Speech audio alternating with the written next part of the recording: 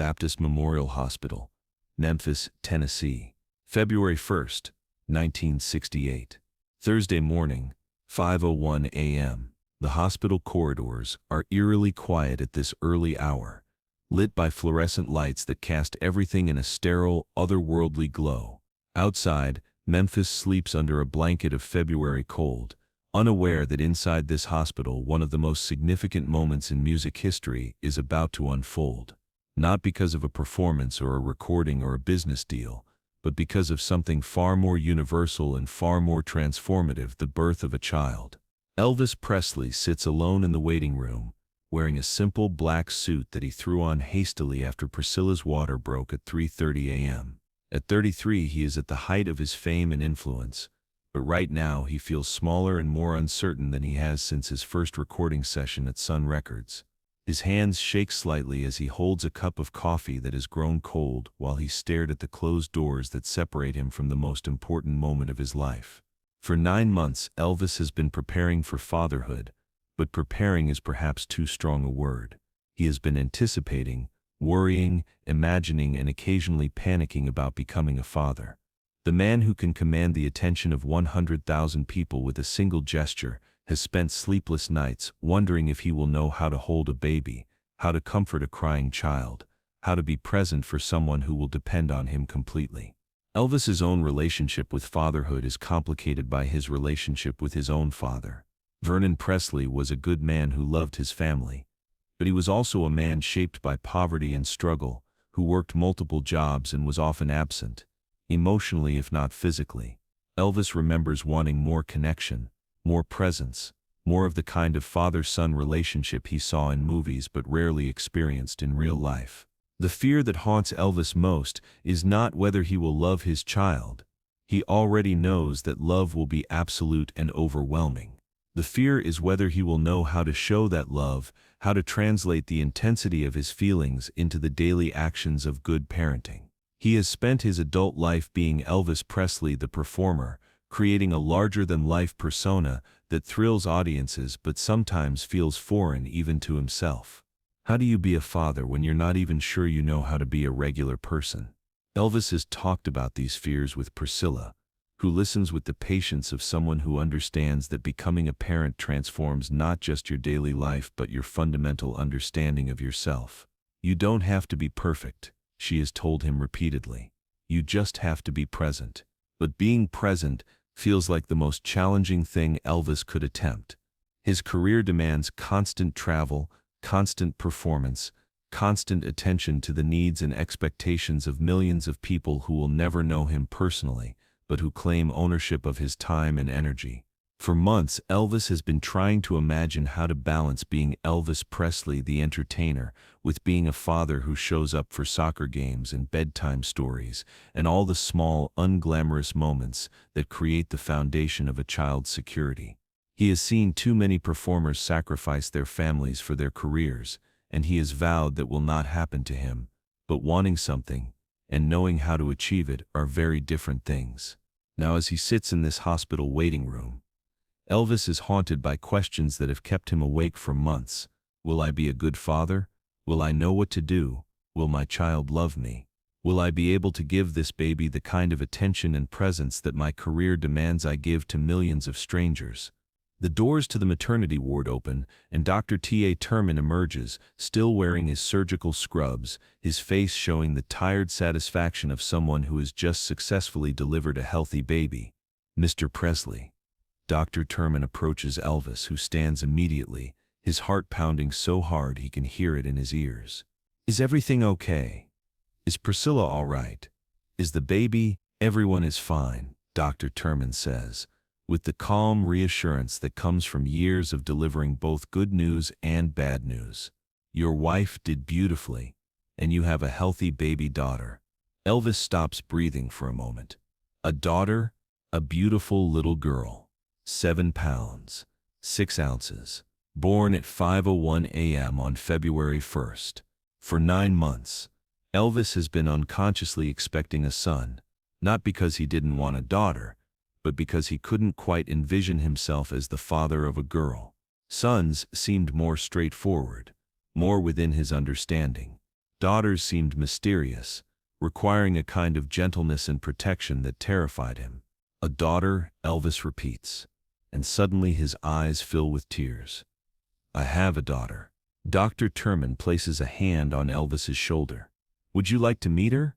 Elvis nods, not trusting himself to speak. He follows Dr. Terman through the sterile hallways to the nursery, where behind a wall of glass, dozens of newborns sleep in clear plastic bassinets.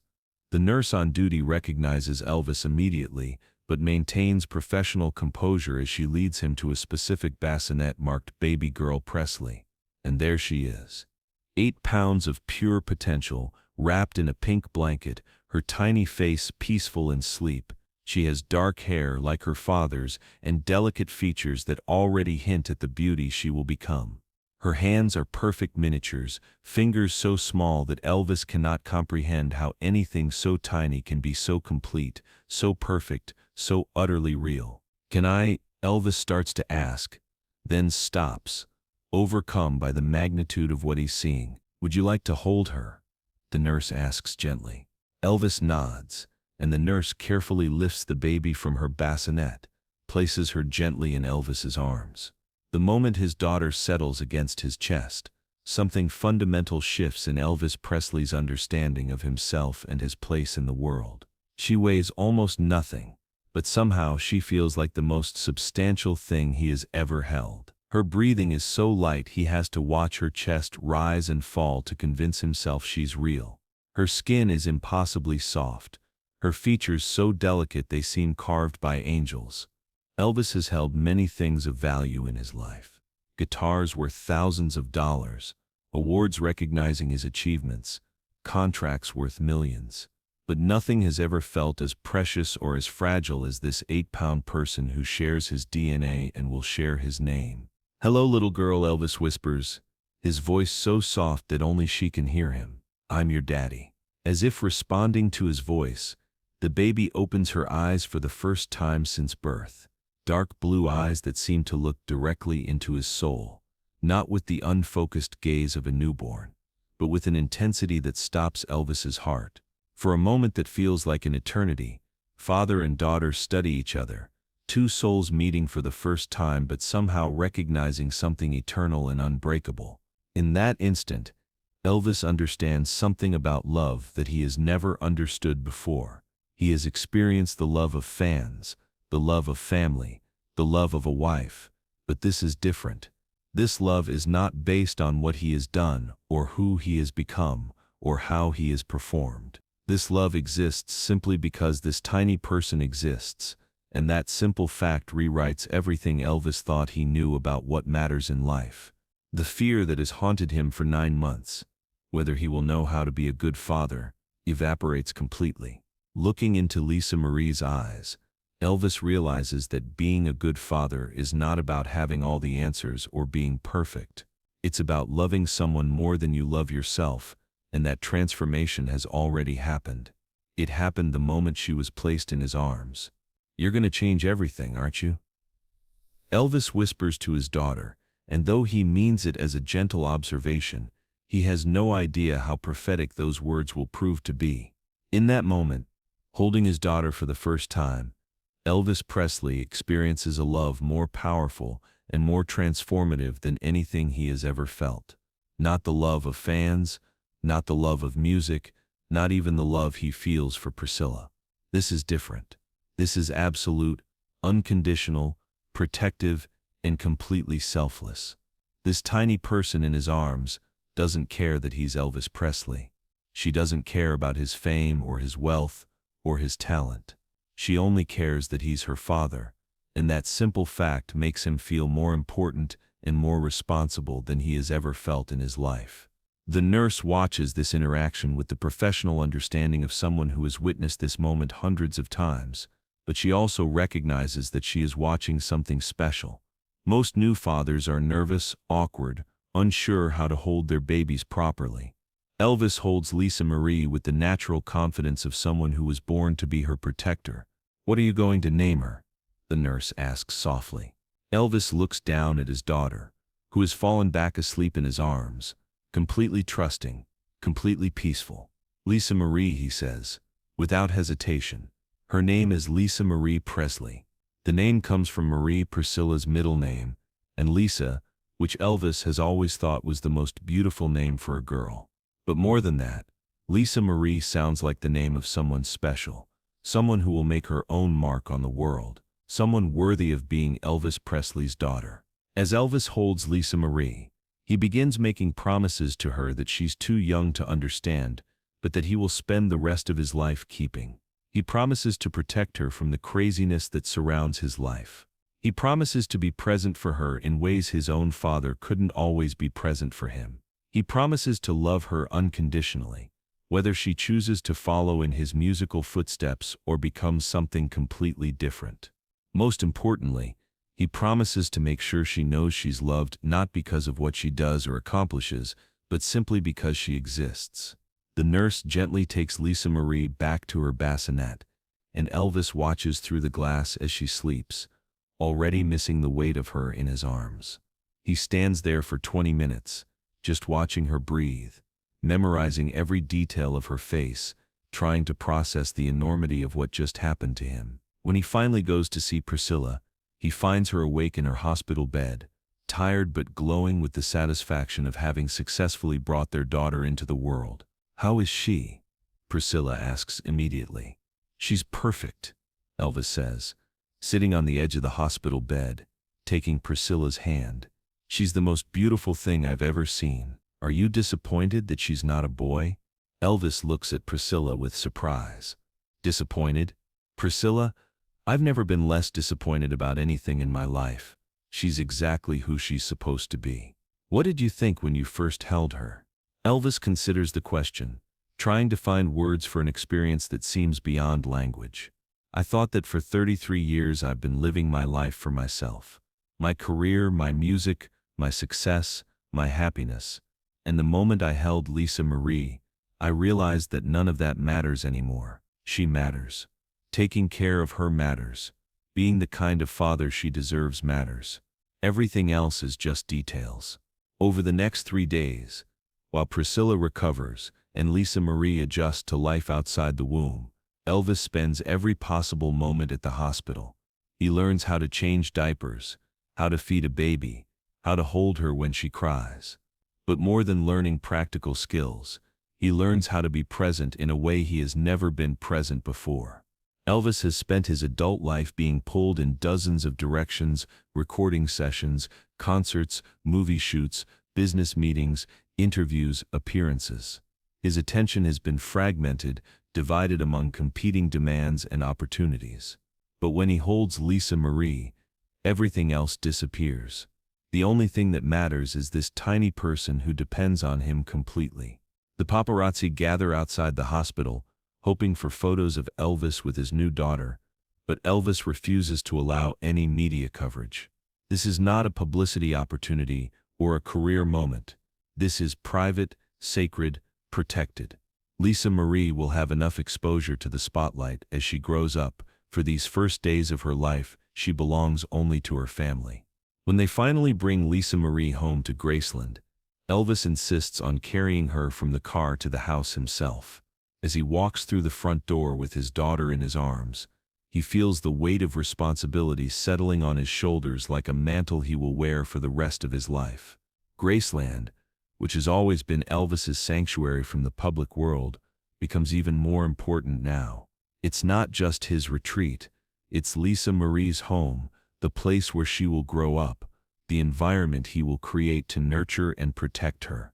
That first night at home, Lisa Marie sleeps in a crib next to Elvis and Priscilla's bed. Elvis wakes up several times just to make sure she's breathing, to reassure himself that she's real, that this transformation in his life has actually happened. Around 3 a.m., Lisa Marie wakes up crying. Priscilla starts to get up, but Elvis gently stops her. "Let me," he whispers. Elvis lifts his daughter from her crib, and instantly she stops crying. He walks to the rocking chair by the window, sits down, and begins rocking her gently. Outside, Graceland's grounds stretch out in the moonlight, peaceful and secure. "You know what, Lisa Marie?" Elvis whispers to his daughter. Your daddy has sung for millions of people, but he's never had an audience more important than you.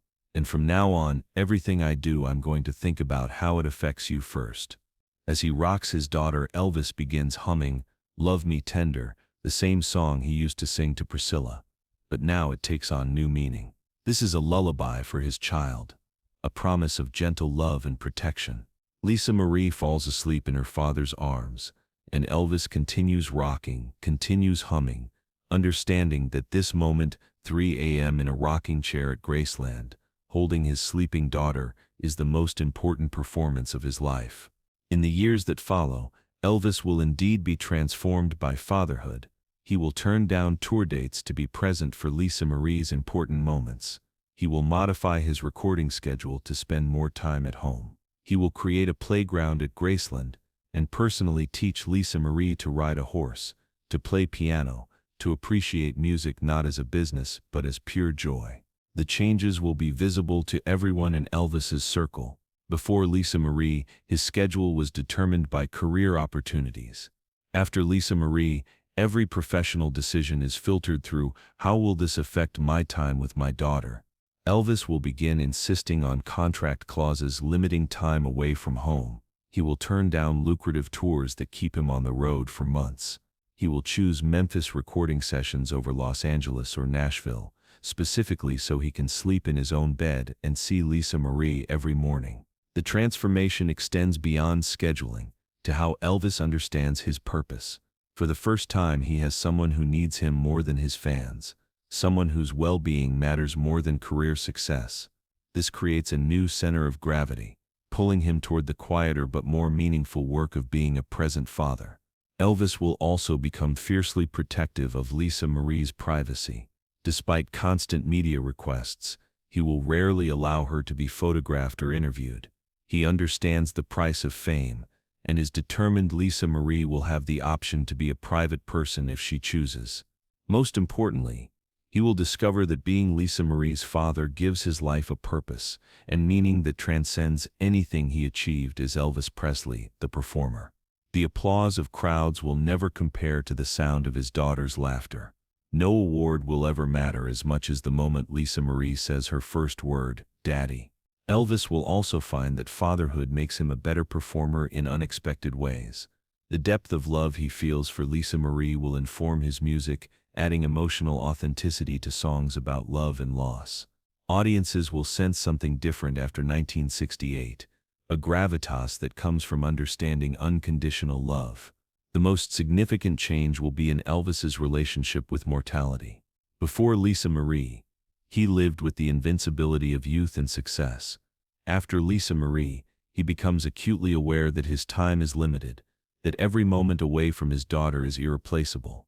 Elvis will create sacred traditions with Lisa Marie. Sunday morning family breakfasts in Graceland's kitchen. Evening walks around the estate where she can play without the world watching. Quiet moments in his music room, where he plays guitar and she dances, not for any audience, but for pure joy. The king of rock and roll will remain the king, but he will also become something even greater. A father who understands that true legacy is not measured in records sold or concerts performed, but in the love and security you provide for the small person who calls you dad. On February 1st, 1968, when Elvis whispered to his newborn daughter, "You're going to change everything, aren't you?" he could not have imagined how completely right he was. Lisa Marie Presley did change everything. Not just for Elvis, but for everyone who knew him, who saw him transform from performer to father, from star to protector, from king to dad. Sometimes the greatest transformations happen not on stages or in recording studios, but in hospital rooms at 5:01 a.m., when 8 pounds of pure love changes your understanding of what really matters in life.